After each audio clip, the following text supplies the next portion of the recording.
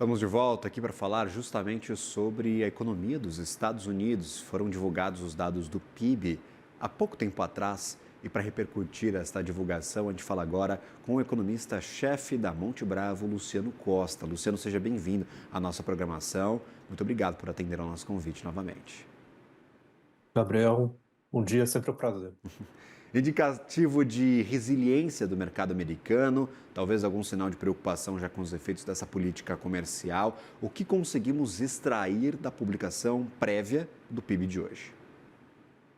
Acho que aí tem uma história dividida em duas partes, né? Primeiro, a gente teve, pelo lado do crescimento, um resultado acima do esperado, mas muito impactado pela questão da reversão das importações, né? A gente teve uma importação que cresceu muito no primeiro tri, tentando evitar as tarifas, agora elas caem bastante, né? Elas caem 30% na comparação trimestral. Por outro lado, as exportações um pouco mais estáveis caem 1,8, né? Mas também caem de tal forma que o setor externo, que tinha tirado 4,6% de crescimento no primeiro TRI, ele acaba contribuindo com quase 5% de crescimento. Então, houve uma reversão, né, do impacto negativo das tarifas, né, no resultado do PIB de hoje, que já era esperado, né, nos trackings que estavam sendo divulgados de PIB ao longo desse trimestre, conforme os dados foram divulgados. Além disso, aí é um ponto importante, já pensando em termos de política monetária, em termos do Fed, foi o comportamento da demanda doméstica, né? A demanda doméstica, que é o consumo mais o investimento, ela seguiu ainda no nível baixo, né? Então, a gente teve no trimestre anterior a demanda doméstica crescendo 1,9, né? Então ela teve um crescimento próximo de 2, agora ela cresceu 1,1, ou seja, a gente teve ainda pelo lado da demanda doméstica, do lado da economia interna, um desaquecimento adicional. Então, para o Fed, quando ele olha esse dado, a interpretação provavelmente que o comitê vai ter é: a economia ela sofreu choque de tarifas, ela mudou a tendência de crescimento dela do consumo e do investimento, isso já afetou o primeiro TRI, dado que no quarto TRI do ano passado a média de crescimento era em torno de 3 e agora está crescendo em torno de 1. Agora a gente já viu talvez o movimento contrário à antecipação das importações, porque no primeiro trimestre a gente viu as importações explodindo e todo mundo preocupado, falando, ó, este resultado talvez mais fraco do PIB pode se dever principalmente pela antecipação das importações. E agora o que a gente tem aqui, pelo menos segundo o escritório de estatísticas nos Estados Unidos, é que nós tivemos uma queda nas importações neste trimestre. É compensatório? A gente pode ver talvez como um rebote este crescimento do segundo tri em comparação com o primeiro? Exatamente, né? Teve esse movimento de antecipação, né, de importações do primeiro TRI, então elas cresceram muito e agora elas estão caindo muito, né? Então, o que aconteceu foi que as empresas tentaram estocar produtos, né, com alíquotas menores. Então, isso foi um movimento que a gente viu em vários setores, as empresas antecipando a entrada de tarifas em vigor e fazendo o aumento de importação, de compras. E agora, né, considerando que as tarifas já estão em vigor, esse movimento refluiu e aí contribuiu em parte para o resultado positivo do PIB, né? Então, o PIB, acho que olhando essa questão né, da entrada e saída dessa contribuição do setor externo, ele olhando, né, o resultado dele, né, excluindo essa volatilidade e olhando o desempenho do consumo e dos investimentos, ele é um PIB que está moderando na margem, né? Como eu estava comentando, se a gente olha o que importa, né, para a economia, que é a demanda doméstica, é consumo e investimento, ele cresceu mais rápido no primeiro tri, agora ele está crescendo um pouco mais devagar. E principalmente o investimento está diminuindo o ritmo de crescimento, que eu acho que esse é um ponto de atenção para o Fed, porque é exatamente né, o item do PIB mais volátil e que responde mais rápido ao ciclo, né, e ele já está num ritmo de desaceleração um pouco maior do que o consumo. Agora, o consumo, justamente ponto de atenção também levantado para essa publicação do PIB. Gastos do consumidor aumentando internamente nos Estados Unidos, apesar dos pesares. Apesar de política comercial, apesar de a confiança do consumidor ter caído nas últimas leituras de maior frequência. A que podemos atribuir estes gastos do consumidor? Dá para ter um pouco mais de confiança de que a economia vai continuar desta mesma forma até o final do ano, mesmo com o efeito das tarifas? O consumidor continua comprando muito? Então, o consumidor ele teve um comportamento um pouco mais favorável nesse TRI, talvez Aí você tem o mercado de trabalho ainda aquecido, você tem ganhos de renda, né, a massa salarial crescendo, então você ainda tem condições de manter um ritmo de crescimento saudável do consumo. Lembrando que o consumo cresce 1,4 nesse trimestre, vindo de uma média ano passado de um crescimento acima de 3. Então, por mais que ele tenha se mantido expandindo agora no segundo tri, ele já expande num ritmo bem menor, né, do que era ao longo do ano passado. Então, o consumo ele teve resiliência, a parte de serviços veio bem, a parte de bens também se recuperou, principalmente a parte de bens duráveis. Mas olhando para frente, né, que acho que é o que importa, o que vai definir muito a trajetória do consumo vai ser exatamente o mercado de trabalho e a confiança, né? Então, como agora a gente vai entrar por um período provavelmente de menor geração de emprego e também um impacto da inflação mais alta na renda, então a renda real vai começar a ter mais dificuldade de crescer ao ritmo que ela estava crescendo antes, é provável que esse consumo continue desacelerando olhando para frente, né? Então, talvez seja só, né, dentro da volatilidade do dado, um dado foi um pouco melhor, porque o primeiro tri tinha sido muito fraco, mas a tendência ainda é a tendência de ter um consumo mais né, moderado em termos de crescimento, em torno de 1% de crescimento. Não vai contrair, né, não é uma contração de consumo, mas não vai ser um consumo como a gente viu ano passado, que era um consumo muito robusto, crescendo aí mais de 3% em termos anuais. E um ponto de atenção, queria até compartilhar na nossa tela um gráfico do próprio escritório sobre a estrutura da formação deste PIB de 3% na comparação anual. Nós tivemos uma queda dos investimentos, é o que eu queria justamente repercutir contigo. Segundo o escritório, uma queda principalmente por conta da formação de estoque privado, fabricação de bens não duráveis, principalmente produtos químicos nos Estados Unidos. É também reflexo dessa perda de confiança dos produtores? Eu queria entender de ti, por favor, Luciano.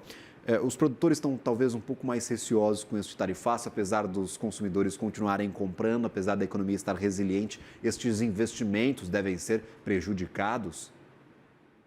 Então, o que aconteceu com o dado do investimento, né, essa queda que teve bastante forte nesse trimestre, foi uma diminuição do nível de acúmulo de estoques, né, que a gente teve o trimestre passado, um acúmulo grande, que foi exatamente a tentativa de evitar as tarifas. Agora você está tentando, né, estocar menos para, né, nesse período, agora que já está com os preços mais altos de vários produtos. Então, está mostrando já um setor privado que já está mais cauteloso, né? Ele tentou se aproveitar do momento, né, ainda onde não tinha tarifas. Com isso, o investimento que soma os estoques cresceu no primeiro tri bastante, e agora no segundo tri ele cai bastante, porque você tem um acúmulo de estoques menor e o investimento também na parte, né, de estruturas está caindo, está contraindo na margem, e o residencial também, que é uma parte importante do investimento americano, ele também está vindo num ritmo mais fraco, está contraindo na margem. Então, olhando a dinâmica do investimento, que aí, como eu estava colocando, que é o item mais sensível do ciclo, né? Normalmente ele que vai ser o que vai sofrer mais durante tanto a expansão quanto a contração, ele já está mostrando um quadro de menos atividade olhando para frente, né? As empresas provavelmente estão mais receosas, né, em fazer grandes investimentos, dado a incerteza das tarifas, né? Ninguém tem muita certeza ainda de como vai terminar e quais são os impactos para a economia. Então, na cautela, você diminui o ritmo de investimentos nesse momento. Além de ser o item que mais impactado é o item que responde primeiro, né? Quando a gente vê uma explosão dos investimentos, dá para prever talvez uma atividade mais forte em seguida. E agora, com essa queda bastante forte, que chega ali próxima a 3% para os investimentos no dado anualizado, nós temos talvez essa previsão de um mercado ainda um pouco desconfiado, sem grande disposição para fazer grandes investimentos, talvez não disposto a promover novas contratações, é o que a gente via, por exemplo, nos últimos dados de emprego. Não tínhamos muitas demissões, mas o pessoal não estava contratando mais funcionários. Hoje a gente teve um relatório da ADP que foi um pouco mais favorável, mas esses investimentos normalmente são os primeiros a responder. Eu queria trazer de volta a arte, só para a gente ter uma dimensão geral, a fotografia dessa atividade americana no período. O Real GDP, que é o que aparece aí na esquerda, é o PIB real, justamente crescendo estes 3% na comparação anual. Os gastos dos consumidores subindo cerca de 1%, os investimentos caindo quase 3%. Os gastos do governo 0,08, praticamente inalterados, depois de uma queda bastante forte no trimestre anterior, com aqueles cortes generalizados para algumas áreas. As exportações caíram 0,19% e as importações justamente com este resultado ainda forte, mas caindo no trimestre. Então, se a gente compara só o trimestre, a gente tem uma queda para as exportações em relação ao primeiro trimestre. Aqui a gente está falando só sobre os dados anualizados. Justamente, claro, uma atenção total para os efeitos deste tarifaço. Quanto importante vai ser o dia 1º de agosto? A gente tinha até, vou pedir para tirarem a arte para eu colocar outro tweet aqui na nossa tela, para eu colocar essa fala de Donald Trump falando: dia 1º de agosto, meu caro, vai ser um grande dia para a América. Essas são as palavras de Donald Trump hoje pela manhã, lá no seu...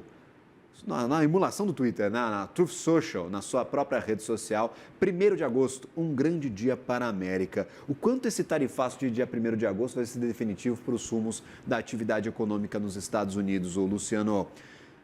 Na tua interpretação, os principais, talvez aqueles que poderiam causar mais efeitos aos Estados Unidos, estão de fora da conta? A China e também a União Europeia, que acabou negociando? Ou mesmo assim, mesmo sem esses dois grandões, 1º de agosto será definitivo para a gente entender o que vai acontecer com os Estados Unidos? Não, você tem razão. Grandes parceiros já fecharam acordos, né? Ainda tem alguns que ainda tem que fechar, né? Você ainda tem o Canadá, tem o México, tem alguns ainda que são importantes que não fecharam, mas provavelmente pela negociação que a gente tem visto, vai chegar também algum acordo de tarifas um pouco menores, mas de qualquer maneira, o dia 1º ele vai ser importante porque a partir dali, né, você vai provavelmente já ter terminado boa parte das negociações que importam, né, em termos de parceiros comerciais. Obviamente, a gente, né, no caso do Brasil, ele é um parceiro, mas relativamente não é um parceiro tão grande, né, em termos de exportação para a economia americana. Então, os grandes já estão terminando suas negociações. Então, a gente vai ter que começar a ter uma visão um pouco mais clara do choque que a gente vai ter na inflação. Então, tentando quantificar isso, né, a gente pensa na tarifa efetiva de importação. Ela, antes de toda a mudança de tarifas, ela estava em torno de 2%. Depois do Liberation Day, ela chegou a 22%. Hoje, ela está ficando em torno de 15% a 17%, depende do formato final dos acordos. Então, o impacto da inflação, considerando essa tarifa efetiva de importação mais alta, deve ficar em torno de 1 ponto a 1,5 ponto na inflação. Então, a inflação ainda vai sofrer alguns meses pela frente, né? Ela já está sofrendo um pouco e vai continuar sofrendo. Ela deve fazer um pico, né, no caso do núcleo do PCE ali em torno de setembro, em torno de 3,3, 3,5, para fechar um ano um pouquinho acima de 3, a gente está trabalhando com um número em torno de 3,3, 3,2. Então, tem ainda um período, né, que é esse período que vai entrar agora de divulgação de dados, que é exatamente a materialização do choque. Então, vai ser um período importante para a gente né, acompanhar e ver se a discussão sobre o choque ser temporário ou não, né, das tarifas, vai se confirmar. Por enquanto, olhando a dinâmica que está tendo de repasse, parece que realmente o choque está ficando mais temporário, não está sendo um choque tão permanente na inflação. PCE sai na sexta, a gente está antecipando aqui uma sexta-feira muito agitada para além do dia 1º de agosto do tarifaço, tem PCE e tem payroll. Eu não lembro, talvez, recentemente a gente ter essa combinação, essa conjunção da publicação dos dois dados exatamente no mesmo dia. Pelo menos a minha cabeça aqui, minha memória pode estar me traindo, Luciano, mas é um dia, sim, bastante especial, emprego e inflação nos Estados Unidos. A gente falou sobre aumento do consumo, o que acabou puxando este aumento? Serviços, a gente teve um aumento justamente para serviços como alimentação, saúde, hospedagem e também serviços financeiros, inclusos os seguros, essa é a leitura do PIB, e em bens, onde o consumidor gastou mais dinheiro, aumentou mais os seus gastos, temos justamente os veículos automotores, as peças e outros bens não duráveis. Carros, justamente foco das tarifas de Donald Trump neste primeiro semestre, pelo menos os consumidores gastaram mais, aumentaram mais os seus gastos para a compra de carros e de peças. Justamente falando sobre a inflação, nós temos um dado que é retrovisor, que é publicado junto com o PIB, que é o índice PCE trimestral. Eu queria acompanhar contigo essa mudança nos trimestres em uma arte também separada pela nossa equipe do escritório nos Estados Unidos, que publica o PIB e também este PCE, olha a trajetória da inflação entre os últimos trimestres. Tivemos um repique do quarto trimestre para este primeiro trimestre. E aí, claro, é a linha cinza, não sei se vai estar claro para quem está nos assistindo, mas estamos a linha cinza representando o PCE cheio e a linha laranja pontilhada, o PCE núcleo, excluindo energia e também alimentos. Dá para ver que os alimentos e a energia, principalmente a energia, acabou derrubando um pouco a inflação cheia, então o PCE cheio ficou abaixo do PCE do núcleo, mas mesmo assim vimos uma queda do primeiro trimestre deste ano para o segundo trimestre. O índice de PCE trimestral foi de 2,1%. O índice lá no quarto trimestre de 2024 estava acima destes 2%, havia demonstrado um encarecimento. Então, a inflação não está aparecendo ainda, Luciano, é o que a gente vê talvez por essas linhas, de um trimestre para o outro, mesmo com tarifaço, mesmo com mudança na política comercial, a inflação trimestral caindo nos Estados Unidos? Então, aqui é um ponto bem interessante, né? Essa trajetória parece que ela não confirma, né, o choque que a gente tem de tarifas, né? Aqui tem que separar exatamente a inflação de bens da inflação de serviços, né? O que aconteceu foi que a gente teve no começo do ano uma inflação de serviços mais elevada, isso fez com que a inflação fizesse aquele pico que está mostrando ali no gráfico, e agora, ao longo do segundo TRI, a gente teve uma devolução dessa parte de inflação de serviços, principalmente a parte de inflação ligada à moradia, né? Ela tá uma inflação mais bem comportada.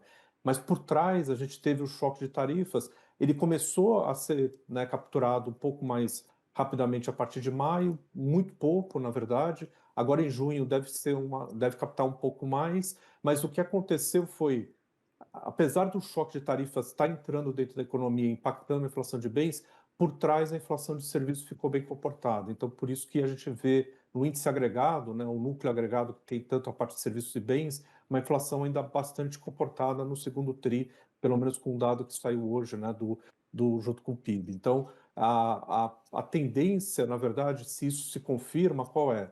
Vai ter uma elevação da inflação de bens, serviços continuam bem comportados, e isso amortece um pouco o tamanho do choque na inflação como um todo, né? Então, acaba sendo até um ponto de conforto para o Fed, porque na hora que ele olha né, a composição da inflação, se ele tivesse uma situação na qual você tem um choque de bens e a inflação de serviços está acelerando, você teria um cenário muito mais complexo e muito mais preocupante de inflação. Como você está tendo a inflação de serviços nesse momento bem comportada e o choque de bens ainda está entrando na economia de uma maneira gradual, a gente tem uma situação da inflação que causa, né, traz um pouco mais de conforto para o Fed. Por isso que, mesmo tendo, né, a discussão sobre o choque de tarifas e olhando para frente, provavelmente a inflação suba dentro desse grupo de bens, há discussão dentro do comitê sobre flexibilização de juros até o final do ano, né? Inclusive com o Christopher Waller, né, que é um dos membros do board do Fed, discutindo corte de juros já nessa reunião, né? Então, acho que é exatamente por isso, por causa dessa composição da inflação, que, como você mostrou, ainda é uma inflação bem comportada e benigna, que reflete a parte de bens. E justamente para os serviços, o que acaba impactando essa inflação? Por que a gente vê talvez uma inflação mais baixa, mesmo com um mercado de trabalho resiliente, mesmo com atividade bastante forte, Luciano? Qual que é a percepção?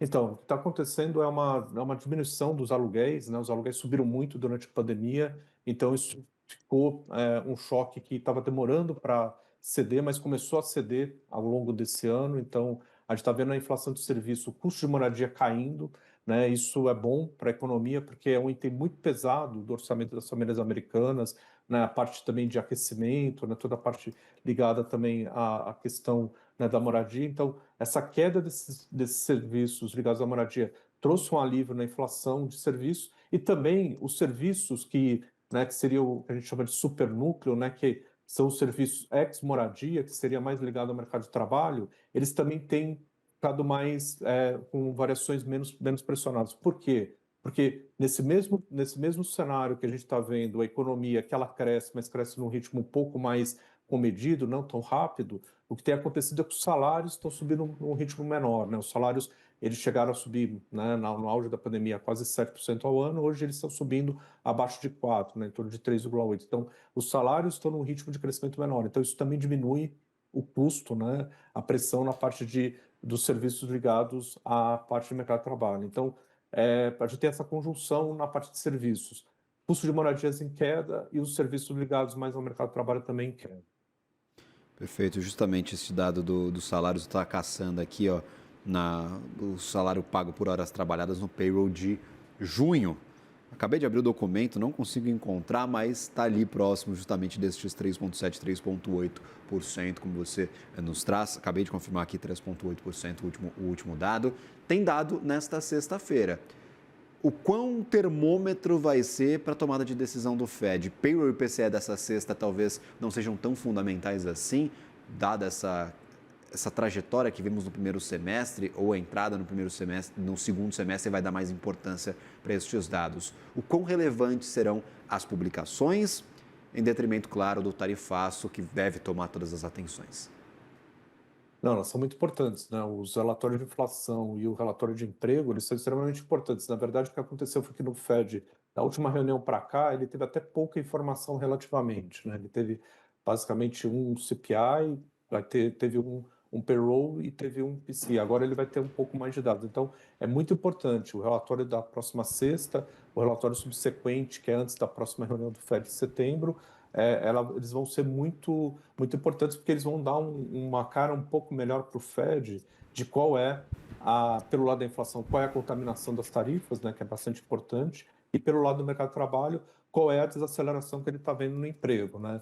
A tendência do payroll, olhando até essa composição de PIB, os investimentos mais devagar, né, o consumo que cresce, mas não cresce mais tão rápido, deveria ser o mercado de trabalho começando a ter um ritmo de geração de vagas menor, né? Então, eu acho que isso, se confirmando, é um dado bastante importante para a decisão de setembro de começar ou não o ciclo de corte de juros.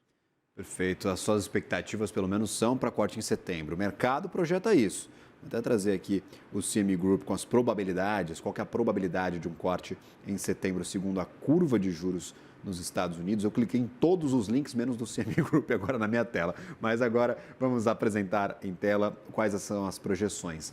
Temos 97% de chances de manutenção para esta reunião. E a maioria, para setembro, aposta em corte, 57,9%, mas a divisão é justamente com a manutenção. Como é que estão as projeções de vocês na Monte Bravo, Luciano? Vocês acreditam que tenhamos cortes ainda neste ano? Conversei com alguns bancos de investimento que me dizem que a gente pode até não ver corte algum em 2025. Não, a gente tem a expectativa de corte agora em setembro, a gente acha que começa o primeiro corte de 25, a gente tem a sequência, né, nas reuniões de outubro e dezembro também de cortes, então a gente acha que vai ter uma sequência daqui até o final do ano. A razão para isso é exatamente o que a gente estava discutindo antes, né? Primeiro, dentro da atividade, a gente já vê indicadores de moderação, né, na parte do mercado de trabalho, isso vai ser algo que vai se intensificar olhando para frente, então o desemprego já tem revertido, já fez a inflexão e começa a subir, a geração de vagas está menor, o salário sobe menos, as empresas, né, a oferta de trabalho também já diminuiu, a demissão voluntária também já caiu, então tudo isso dá um mercado de trabalho mais aquecido, e por outro lado a inflação tem um choque de tarifas, ele vai elevar o PCI, né, inevitavelmente, mas essa boa dinâmica que a gente vê na inflação de serviços traz um conforto para o Fed, né, olhar a dinâmica da inflação e ter a percepção de que é um choque transitório. Eu acho que a grande preocupação, talvez, dos bancos lá fora e de quem acha que o Fed tem que permanecer mais tempo com juros parados, talvez seja o risco de contaminação que essa inflação de bens poderia ter sobre serviços, como aconteceu na pandemia, né? Na pandemia,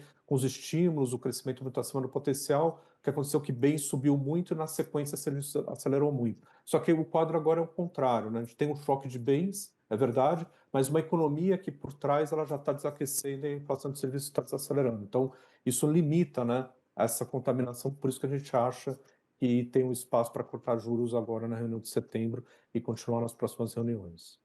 Justamente, esse é um ponto que eu gostaria de trazer sobre quais os efeitos de um enfraquecimento ou de uma resiliência da economia dos Estados Unidos. Depois da publicação do payroll e depois da publicação do PIB, nós tivemos reação no dólar. Dólar no Brasil já subia, estes mesmos 0,5%, agora está na casa dos 5,59, a máxima foi justamente nos 5,59, mas a reação que eu destaco é no índice dólar. 0,64% de alta para o DXY, dólar se fortalecendo contra as maiores moedas do mundo. 99,52 de taxa de pontuação agora para o índice dólar. Nós vimos um repique nestes últimos dias, atinge o maior patamar desde o finalzinho de maio deste ano. E claro, vamos ver se eu consigo puxar aqui algumas das principais moedas contra o dólar norte-americano. Vou atrás do euro, principalmente. Dólar contra o euro agora subindo 0,72%. Dólar também contra. Eu vou puxar aqui a libra esterlina, que é um ponto interessante para nós puxarmos para cá. Agora sim, consegui encontrar o GBP. Libra esterlina 0,37% de alta para o dólar. Então está se fortalecendo contra as maiores moedas do mundo, o movimento contrário do que a gente viu até agora, pelo menos, Luciano. O ano de 2025 era todos contra o dólar tomando porrada, apanhando, desde os primeiros dias de Donald Trump na presidência. Exatamente. Acho que o que muda agora e tem essa reflexão do dólar é a percepção, né? Pode ser um pouco um paradoxo, né? Mas por um lado, você teve os acordos, obviamente, eles geram, né, uma percepção de que um pedaço do risco começa a diminuir, né? Porque você já está dimensionando as tarifas e sabe o tamanho do choque. Por outro lado, principalmente contra a questão da União Europeia, o acordo foi visto como mais benéfico para os Estados Unidos do que para o bloco, né? Então, houve bastante concessões, abertura de mercado, anúncio de investimentos nos Estados Unidos, né, pela União Europeia, e isso enfraqueceu o euro. Então, boa parte do movimento que o dólar faz sai ali de 96, 97, o DXY vir para próximo de 99 que ele está agora.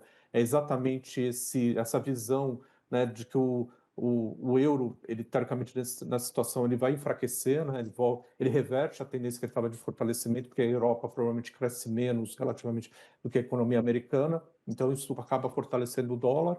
E um ponto que pode também parecer um pouco aí contraditório é, você entrar no ciclo de corte de juros do Fed, provavelmente a perspectiva de crescimento olhando para frente e dos ativos americanos, ela acaba melhorando. Nas bolsas, você vai ter uma expectativa de melhora, né, na parte dos múltiplos para a bolsa, os earnings per share, e a lógica também de que você vai ter mais crescimento olhando para frente com a taxa de juros mais baixa. Então, eu acho que esse combo, né, por um lado, menor incerteza em relação às tarifas, um acordo comercial, no caso do grande bloco foi a Europa, mais favorável para os Estados Unidos, juntamente com a percepção de que o Fed corta juros e a economia pode crescer mais e a bolsa pode ter um desempenho melhor, reverte um pouco aquele movimento de saída de investidores de ativos americanos, e por isso o dólar volta a fortalecer. Então, acho que esse momento é exatamente essa transição que a gente está tendo no cenário, o que vai contra um pouco esse consenso, né, que se mostrou, desde o começo do ano, acertado, na verdade,